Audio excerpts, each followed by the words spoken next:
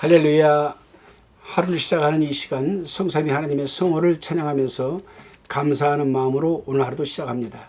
오늘은 마태복음 18장 1절로 35절의 말씀을 가지고 용서에 대하여라는 주제로 우리가 요약 강해를 나눠봅니다.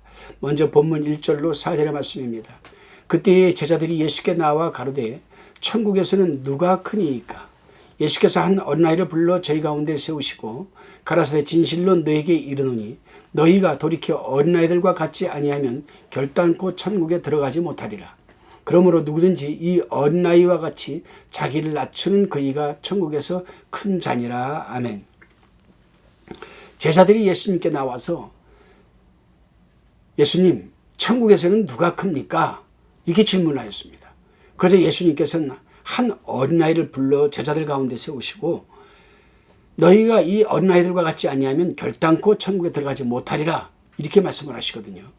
자, 본문을 자세히 읽어보면 제자들은 천국에서 누가 큰가를 놓고 질문을 하였습니다. 예수님께서는 천국에서 누가 큰가 작가가 중요한 것이 아니라 누가 천국에 들어갈 수 있느냐 없느냐에 대해서 좀 답변을 하셨습니다. 여기서 제자들의 생각과 예수님의 생각이 다른 것이죠.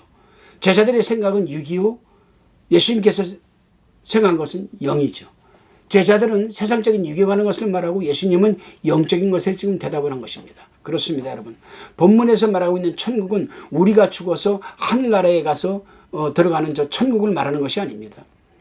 하나님의 통치를 말하는 겁니다.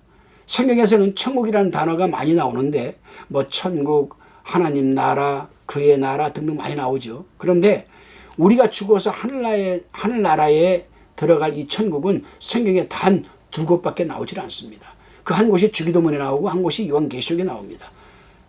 나머지는 다 여러분 하나님의 통치를 말하는 거예요. 통치, 무슨 말이냐? 본문에서 말하는 천국은 하나님의 통치를 말하는 것으로서 하나님의 말씀에 순종하여 그 마음에 믿음과 소망과 사랑을 통한 평안과 기쁨, 그리고 희락을 누리는 것을 의미하는 겁니다. 그럼 천국적인 마음을 누리려면 누가 높고 낮으냐가 아니라 어린아이처럼 순수하고 자기를 낮추는 겸손한 삶을 살아야 누릴 수가 있다는 겁니다. 이걸 현세적 천국이라고 하거든요. 다시 5절에서 14절까지 살펴봅니다. 본문 읽어보세요.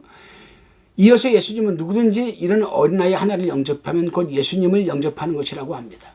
그리고 누구든지 이런 아이를 하나 실족해 하면 차라리 연자맷돌을 그 목에 달고 깊은 바다에 빠지는 것이 낫다고 제자들에게 강한 경고를 하십니다. 그렇습니다, 여러분. 지금 제자들은 점점 고치되어 가고 있어요. 뭘 고치되어 가고 있느냐? 오병이어의 기적을 보여주시고 사병이어의 기적을 보여주시고 귀신을 쫓아내고 질병을 고치고 이런 분이 우리의 임금이 돼서 예루살렘에 올라가면은 헤롯을 쫓아내고 로마로부터 우리를 해방시켜서 우리가 참 파라다이스 같은 낙원적인 삶을 살 것이다. 그렇다면 예수님이 예루살렘에 올라가서 나라를 세우면 누가 오른팔 왼팔이 되겠느냐, 누가 큰 자가 되고 누가 작은 자가 되겠느냐, 이런 생각을 하고 있던 거예요. 마가복음 누가 보게 되면 요한복음까지 보게 되면 이 제자들의 엄마들도 치맛바람을 일으키면서 주님 나라가 세워지면 우리 하나는 우측에 하나는 좌측에 세워서 이런 치맛바람까지 일으키고 있거든요. 예수님의 생각과는 다른 거죠. 그래요, 여러분.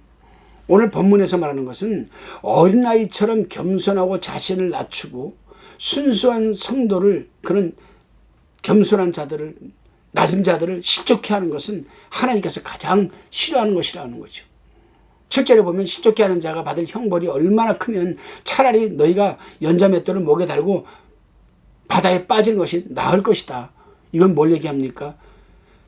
어린아이처럼 순수한 믿음을 가지고 마음을 가지고 겸손하게 낮아져서 신앙생활 하는 사람을 실족해 하는 사람들은 받을 형벌이 얼마나 중요하면 차라리 그 받을 형벌보다는 너희가 연자맷돌 메고 바다에 빠져 죽는 것이 더 나을 것이다. 그렇습니다, 여러분. 저와 여러분은 어떤 상황에서도 우리 형제, 자매, 성도들을 실족해 하는 언행적 삶을 살아서는 안 될 것입니다. 그렇습니다, 여러분. 우리가 언행을 조심하기 위해서는 우리의 눈과 입과 손과 발을 조심해야 합니다. 제가 지난주일 우리 교회에서 설교할 때 입과 손과 발의 영성에 대해서 말씀을 하면서 먼저 발의 영성에 대해서 말씀을 드렸습니다. 이번 주에는 제가 이 입의 영성에 대해서 말씀을 드릴 겁니다. 우리 성도들이 참 은혜를 많이 받았어요. 그래요, 여러분. 본문 8절 9절에서 손이나 발이 범죄할 때는 찍어내버리라고 합니다. 또 만일 눈이 범죄케 하거든 빼어버리라고 강하게 말씀을 하십니다. 여러분, 그렇다고 진짜 뭐 손을 찍어버리고 눈을 빼어버리면 안 됩니다. 그렇게 하라는 것은 아니고 그 정도로 경각심을 갖고 차라리 눈과 입과 손, 발이 없는 것처럼 생각하라는 겁니다. 그렇습니다. 우리는 살아가면서 입으로 죄를 짓는 사람들이 많아요. 눈으로 죄를 짓는 사람들이 많습니다. 손으로 짓는 죄들이 많습니다. 발로 짓는 죄들이 참 많아요. 구체적으로 말씀을 해볼까요? 보지 말아야 할 것을 보고 그걸 생각에 담고 마음에서 행동을 익히는 사람들이 있잖아요. 눈으로 보고. 야, 저거 멋진데? 야, 저거 나도 한번 해볼까? 하면은 벌써 이 해마에서 행동해 발동이 걸리거든요. 그러면 우리 발이 움직이기 시작하는 거잖아요. 입도 마찬가지예요. 여러분, 우리가 눈으로 한번 보고 행동한 것, 입으로 한번 하고 행동한 것 절대 주워 담을 수 없습니다. 손으로 짓는 죄는 주워 담을 수 있어요. 남의 거 훔쳤다가 아이고 잘못해 갖다 놔야지 할 수 있어요. 발도 가다가 돌이킬 수 있습니다. 그러나 눈과 입은 굉장히 중요합니다. 여러분, 한 번 보고 행동하고 한 번 말하고 뱉은 것은 주워 담을 수가 없거든요. 여러분, 그렇습니다. 그렇기 때문에 12절에서 14절 보면 예수님께서는 어린아이 같은 한 영혼을 귀중하게 여기는 겁니다. 어린아이들은 교만하지 않거든요. 자기가 제일 약한 줄 알고 낮아지거든요. 어린아이들은 잘못된 것은 하지 않으려고 하거든요. 부모님의 말씀을 들으면 그대로 믿거든요. 우리는 하나님 아버지께서 말씀하시는 것도 믿으려고 하질 않아요. 목사님이 강대상에 설교하면은 자기 마음에 아주 조금 위로가 되는 말씀만 초이스해서 아멘 아멘 아멘 하지, 목사님이 좀 싫은 소리 하면 한 귀로 듣고 일로 빠져나오면 다행입니다. 일로 듣고 코로 쾅 하고 빼버리거든요. 안 되죠, 여러분. 저는 그래서 종종 그런 생각을 해요. 내가 좀 물질이 많으면 이 고무로 된 이 그 귀마개 있잖아요. 그걸 다 한쪽은 주워서 한쪽만 다 막으라고 하고 싶어요. 콧구멍에 2개 막으라고 하고 싶어요. 말씀 들으면 빠져나가지 못하게. 좀 목사님이 좀 성경에 있는 말씀대로 지금 책망하는 말씀을 하면은 듣고서 다 빼버려요. 코로. 일로 나오는 게도 다행입니다. 여러분 절대 그렇게 하지 마시기 바랍니다. 그렇습니다, 여러분. 그렇기 때문에 한 영혼을 얻는 것이 천하보다 낫게 여기는 것이라고 예수님이 말씀하셨잖아요. 절대로 우리는 여러분 한 영혼을 실족해 하는 삶을 살아서는 안 됩니다. 다시금 본문 15절로 20절까지 한번 살펴봅니다. 본문의 내용은 본문 한번 읽어보시기 바랍니다. 15절로 20절 말씀 18장. 교회에서 범죄자를 어떻게 할 것인가. 이거 굉장히 중요한 부분이거든요. 여러분 잘 들으시기 바랍니다. 교회에서 형제가 죄를 범하면 어떻게 이걸 치리할 것인가. 여기에 대해서 예수님께서 말씀을 하고 계세요. 우리는 교회에서 한 성도가 죄를 범하고 허물을 드러내면 수근거리고 함부로 대하고 말도 함부로 하고 또 때로는 상대하려고 하고 왕따를 시킵니다.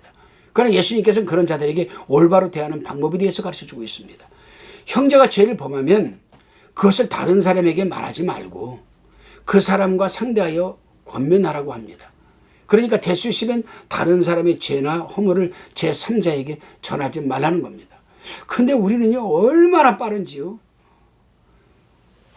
오늘 잠깐 누가 좀 실수하고 죄를 범하면요 여기 10초도 안 가가지고 벌써 제1구역에 다 퍼져 있습니다. 다 퍼져 있어요. 10초도 안 걸려요. 하룻밤 자고 나면 우리 교회뿐만 아니라 그 주변 교회에 다 퍼져 있습니다.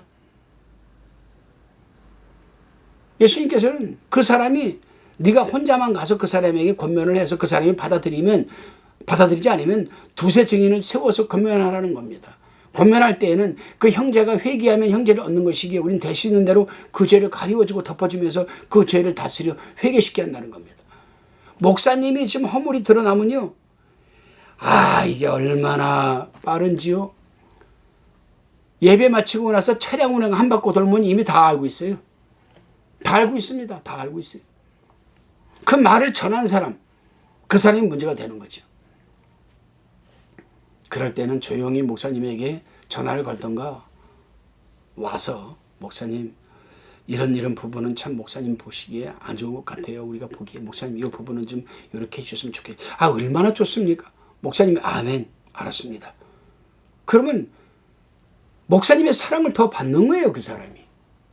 그런 모습을 보고는 차량 운행하면서 타고 돌아다니면서 우리 목사님이 이렇더라 우리 목사님 가족은 이렇더라 이거 안 되는 거거든요. 그래요. 만일 두세 사람의 증인들을 대고 가서 권면해도 듣지 않으면 교회에다가 말을 하고 교회에서 공적으로 처리해야만 합니다. 이렇게 가르치는 게 본문에서. 그렇게 되면 회개할 가능성이 많게 되기 때문입니다. 그리고 교회의 말도 듣지 않는다면 성도로서의 교제를 단절해야 된다고 합니다. 저도 평소에 제가 아주 아끼고 뭔 일이 있으면 나한테 꼭 상담을 하고 기도 저한테 제목을 보내주고 또 다급하면 기도도 해달라고 전화 오는 한 권사님이 계셨습니다. 근데 그 권사님이 어느 날 갑자기 연락도 안 오고 다 끊긴 거예요. 그 주변에 친한 사람한테 물어보니까 신천지에 빠졌다고 합니다. 신천지에 빠졌다고 해요. 그 왜 신천지에 빠졌느냐 물어보니까 뭐라고 얘기를 하냐면은 이렇게 얘기를 하는 거예요. 그 권사님이 섬기는 교회가 저기 성동구에 있는 건데 행당동인가 거기 이제 교회를 다니는데 그 교회 목사님이 좀 실수를 한 모양입니다. 근데 그게 상처가 되었던 모양이에요. 그러니까 그 권사님이 그 말을 갖다가 그냥 자기 구역뿐만이 아니라 온 전도사님 누구누구에게 목사님이 이러면 안 되는 거 아닙니까? 뭐라고 하면서 그냥 말을 막 한 거예요. 근데 이걸 목사님이 아셨어요. 귀에 들어갔습니다. 그래도 그 목사님은 참 굉장히 지혜로운 분입니다. 강대상에 절대로 말하지 않았습니다. 그러고 기도만 합니다. 그런데 나중에 이 권사님이 목사님 귀에 들어갔다는 소리를 듣고 교회에 와서 목사님 눈을 쳐다보지 못하는 거예요. 결국은 교회를 떠나게 되었습니다. 여러분 이 부분을 어떻게 생각하십니까? 오늘날도 각 교회마다 이러한 일들이 비일비재하잖아요. 다시금 본문 21절로 35절까지를 살펴봅니다. 본문은 이제 용서에 대해서 다루고 있습니다. 여러분 이 부분에 대해서 굉장히 중요한 부분이니까 많은 목사님들이, 많은 성도들이, 많은 전도사들이, 많은 신학생들이, 많은 그리스도인들이 남용하는 부분이 바로 이 부분입니다. 올바로 아시기를 바랍니다. 베드로가 예수님께 나와서 질문을 합니다. 어떤 질문을 합니까? 주님, 형제가 내게 죄를 범하면 몇 번까지 용서하려 주리이까? 7번까지 하오리이까? 그때 예수님께서 이렇게 말씀하십니다.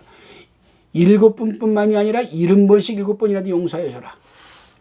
여기서 7번, 70번이라고 했는데 7이라는 숫자는 하나님의 만수이고 70번도 하나님의 만수입니다. 그러니까 얼마든지 용서해 주라는 뜻입니다. 자, 그렇다면 여기서 우리는 죄와 용서라는 단어에 대해서 성경에서는 무엇이라고 하는지 살펴봐야만 됩니다. 그래서 우리는 성경을 읽을 때 어느 한 구절만 가지고 읽고 그 한 구절만 가지고 해석하면 절대 안 되고 창세기부터 요한계시록까지 신구약 전체에 흐르는 신구약의 통일성과 구속사의 흐름을 알고 여기서는 이렇게 말했는데 여기서는 이렇게 말하고 있다. 여기서는 이렇게 말했는데 여기서 이렇게 말하고 있다가 나올 때에는 왜 이렇게 기록했는가를 살펴보고 그 다음에 주님께서 원하는 대답은 어디에 있는가 이걸 살펴봐야 돼요. 이것을 신구약의 통일성이라고 합니다. 자, 마태는 본문에서 형제가 내게 죄를 범하면 7번까지 용서할 거라고 했습니다. 그러나 누가는 내 형제가 죄를 범하거든 경계하고 회개하거든 용서하라. 만일 하루 7번이라도 내게 죄를 얻고 7번 내게 돌아와서 회개하노라 하거든 너는 용서하라고 하였습니다. 자, 어느 것이 맞는 것일까요, 여러분? 마태가 하는 말이 맞을까요? 아니면 누가가 하는 말이 맞을까요? 물론 예수님은 형제가 내게 범한 죄는 얼마든지 용서해 주라고 아량을 베풀어야 한다고 했는데 그 이야기를 들은 마태나 누가 이 두 사람이 예수님으로부터 들은 용서에 관한 이야기를 자신의 입장에서 기록한 것이라고 우리는 생각을 합니다. 자, 이 문제를 해결하기 위해서 우리는 마태나 누가의 살아온 삶의 흔적과 직업에 대해서 살펴볼 필요가 있습니다. 성경 해석하는 데 있어서 여기에 이 부분이 필요한 부분이거든요. 자, 마태는 세리 출신입니다. 당시 마태는 운임이나 통행세를 거둬들이는 세관원이었습니다. 징수원이죠. 그런데 당시 세리들은 문제가 있었습니다. 세리들은. 예를 들면 세금이 1,000원이라고 하면 2,000원을 거두어서 로마에 1,000원을 내고 1,000원은 자기 입마에 포켓하는 겁니다. 이러한 문제로 인하여서 사람들로부터 민족의 피를 빨아먹는 거머리 같은 놈, 심하게는 민족의 배반자, 배신자라는 지탄을 받고 있었습니다. 마태가 예수님의 제자가 되기 전에는 레위라는 이름을 가졌는데 그 레위라는 이름의 뜻은 애착이라는 뜻입니다. 그래요. 세관한 세리였을 때는 레위였잖아요. 애착. 그 이름에서 보듯이 마태도 아마 돈에 대한 애착이 굉장히 심했던 것 같아요. 그래서 세리들은 공적인 사회생활을 할 수도 없었고 회당에 들어가서 예배도 드리지 못했습니다. 한마디로 사회로부터 용서를 받지 못하고 멸시를 받고 천대를 받고 살아왔던 겁니다. 그래서 마태는 예수님의 부름을 받고 제자가 된 후에는 무조건적인 용서를 그는 외쳤던 겁니다. 그래서 마태는 70번씩 7번이라도 용서해야 될 것이라고 기록을 했던 거예요. 다음으로 누가의 용서에 대해서 한번 살펴봅시다.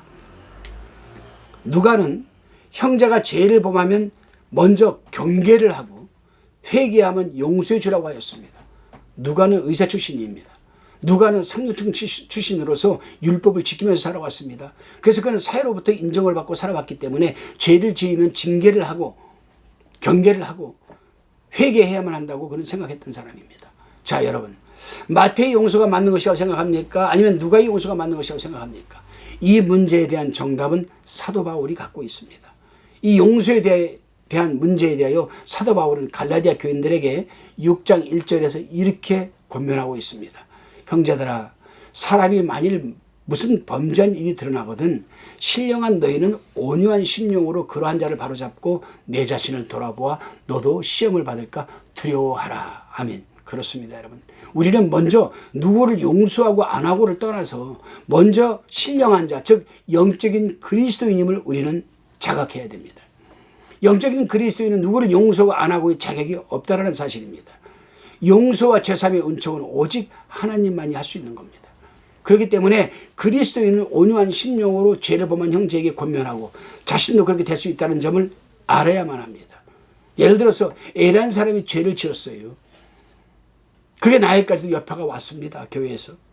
그러면 먼저 내가 지금 영적으로 바로 신령한 사람으로 세워져 있는가 없는가를 먼저 살펴봐야 됩니다. 영적인 사람은 온유한 심령을 갖고 있거든요. 악의를 갖지 않고 화를 내지 않고 아주 온유한 심령으로 그리스도의 십자가의 사랑으로 그 사람을 권면합니다. 대부분 받아들이거든요. 그리고 깨닫는 겁니다. 나도 언젠가는 저렇게 될 수가 있다. 그래서 내 자신을 살펴봐야 이것이 정답입니다, 여러분. 그렇습니다, 여러분.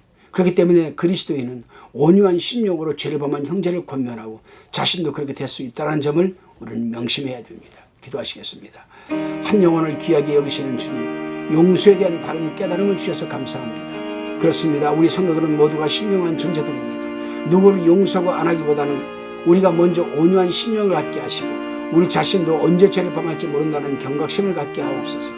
그리고 그리스도의 십자가 사랑을 전하는 자들이 되게 하옵소서. 감사드리옵고 예수님의 이름으로 기도드리옵나이다. 아멘.